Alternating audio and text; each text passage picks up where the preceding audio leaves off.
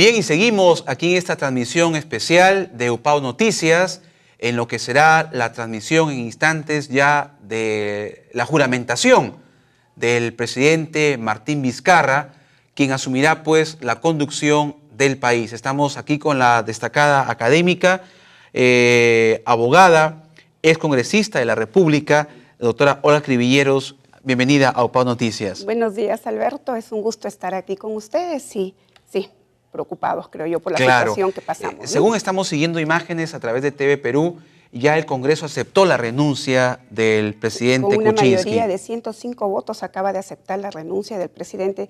Bueno, eso es lo que correspondía, Alberto. Eso es lo que le favorecía al país. Se había especulado desde las 6 de la mañana, estaba circulando un documento que generó también una situación de una profundización de esta crisis que estamos viviendo, que se le iba a considerar como traidora a la patria, aspectos que lamentablemente no encajan dentro de la figura de la renuncia que estaba presentando o ha presentado el presidente Kuczynski. Menos mal que eso no pasó más que de una especulación y el Congreso acaba de aceptar la renuncia, que es lo más saludable en estos momentos para nuestro país. Claro.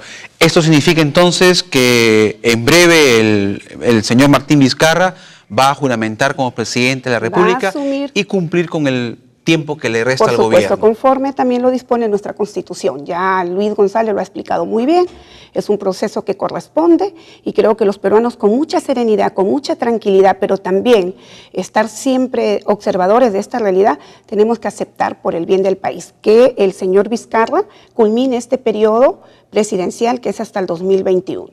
Muy bien. Ahora, su experiencia, usted ha sido parlamentaria, ha estado en el Congreso de la República.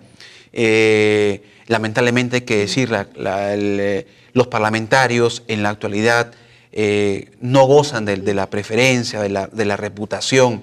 ¿Qué es lo que está pasando en nuestros padres de la patria, como se denomina? Sí, bueno, es un término tradicionalmente utilizado, pero de repente no aceptado por muchos, porque ¿quién quiere tener un padre así tan descalificado, no?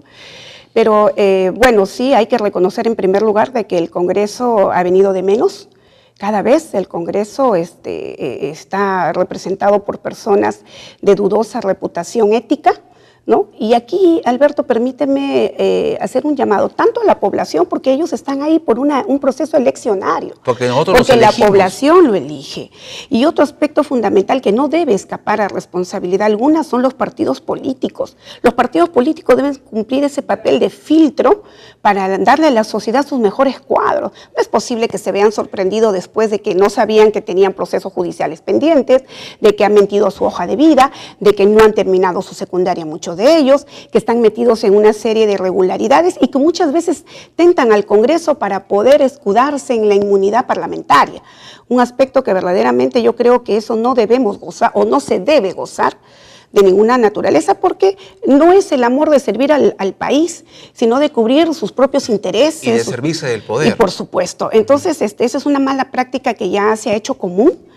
Y yo creo que ahí debe haber una modificación con respecto a la inmunidad parlamentaria. Y los partidos políticos, vuelvo a decirlo con mucha énfasis, exigirles que nos den a la sociedad sus mejores cuadros. Aquí que no vengan a jugar o luego mostrar sorpresa frente a cualquier caso de escándalo o de corrupción, ¿no? Bien, otro factor que le afecta y le ha afectado, porque hay que decirlo, desde el punto de vista económico, si bien es cierto el presidente Kuczynski o expresidente aparecía dentro de sus fortalezas como un economista que iba a repotenciar la economía de nuestro país. Sin embargo, los resultados no han sido. Estamos en una situación económica que no es la mejor actualmente en el país. Efectivamente, muchos de los peruanos que sabiendo que el señor Kuczynski, bueno, toda su vida ha sido un lobista, toda su vida, y también conocíamos de algunos hechos que éticamente ya se lo señalaba como el menos indicado. En lo personal, yo no voté por él, ni tampoco voté por la señora Keiko. Yo prefiero que me critiquen y me digan, bueno, usted vició su voto, pero quiero asumir la responsabilidad de mi voto. Porque al señor Kuczynski se le dio la oportunidad de ser presidente y muchos de repente tratando de minimizar ese pasado lobista del señor Kuczynski, del señor negociador, Y bueno, le dieron la oportunidad por el hecho de ser un economista connotado, reconocido, tanto nacional como internacionalmente. Pero Beto, veamos cómo está la economía. La economía, para algunos dicen, sí, está bien, pero no es así, pues. La economía ha caído en una fragilidad y en una, no solamente paralización, hay un retroceso en los índices que pronosticaban algunos economistas que llegábamos al 4% de crecimiento, no hemos llegado ni al 2,5% cerrando el año 2017. Y hoy también estamos con esa expectativa de poder cerrar en un 3,5%, pero no es así. Se ha paralizado la economía y esto se paraliza en función a que hemos tenido desde un inicio un presidente que no ha sabido liderar los grandes proyectos del país. Por lo tanto, las inversiones se han quedado paralizadas. Muchas de ellas están ahí observando qué es lo que está pasando en el país con esta inseguridad jurídica también, por la institución del Estado, por un Congreso que escuchaba a la señora Keiko decir aquí estamos los leales al pueblo porque nos han elegido para hacer oposición, muy mal entendida el papel de la oposición por la señora Keiko, porque creo que la juraron al presidente obstruir. Y un presidente débil y un presidente que no ha tenido liderazgo suficiente políticamente para conducir el país, los resultados son que se ha incrementado el desempleo de 6,6%, Alberto, el año 2017, hoy estamos en un 8,8% de desempleo. Y eso no podemos dejar de ver la realidad. Claro. Y si pensamos de que, como muchos están a la expectativa de que se cierre el Congreso, yo les doy la razón a un pueblo desilusionado, les doy la razón, pero no es lo responsable en estos momentos, porque la economía se vería ya en una seria situación de esperar quién asume, y ese proceso sería un poco más largo para ver las políticas claras de economía, políticas de Estado que nos enrumben nuevamente en esta ruta del crecimiento, que significa, por supuesto, bienestar para el país. Pero no estamos en esa situación. Sí. Entonces yo creo que lo más responsable es permitir al señor Vizcarra que cumpla con su gobierno. Lo único que le permitan gobernar. Invocar es que el Congreso asuma con responsabilidad. Ya esto no va para más, que le dejen al presidente gobernar, que el presidente pueda ser claro, hoy que juramenta, dar las líneas directrices de cuál va a ser su política de gobierno a partir de hoy, ¿no? Claro. Ahora, el presidente, el expresidente, siempre se le cuestionaba, y a su gabinete, de no ser políticos, de ser tecnócratas, ¿no es cierto? Esto afectó indudablemente la gestión.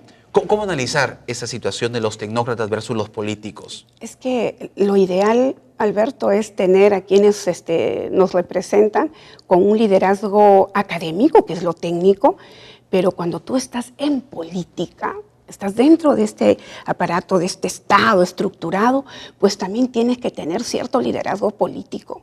Y lo político significa en poder conocer la realidad del país, el poder conocer sus necesidades, el poder entender a aquellas personas que como tú, como yo, trabajamos diariamente para poder generar nuestros ingresos dignamente, entender a aquel peruano que tiene expectativa de alcanzar un puesto de trabajo, entender a los miles de jóvenes que salen de la universidad con su título bajo el brazo y que muchas veces se encuentran agobiados porque no encuentran dónde poder ejercer su profesión.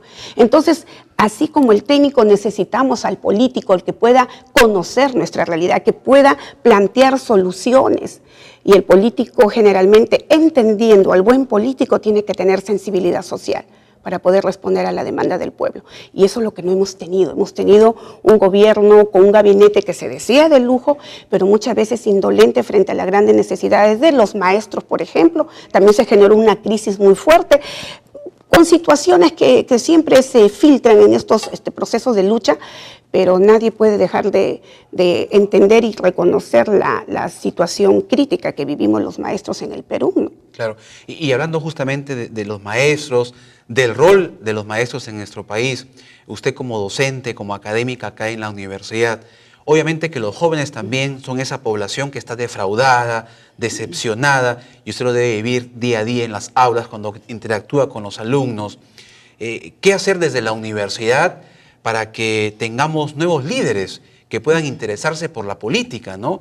Y ver a la política como ese vehículo, esa oportunidad de servir, como decíamos hace un momento con Luis Miguel González, de buscar el bien común, el bienestar de la sociedad y no valerse de la política para lucrar o para concretar aspiraciones de codicia y de poder económico?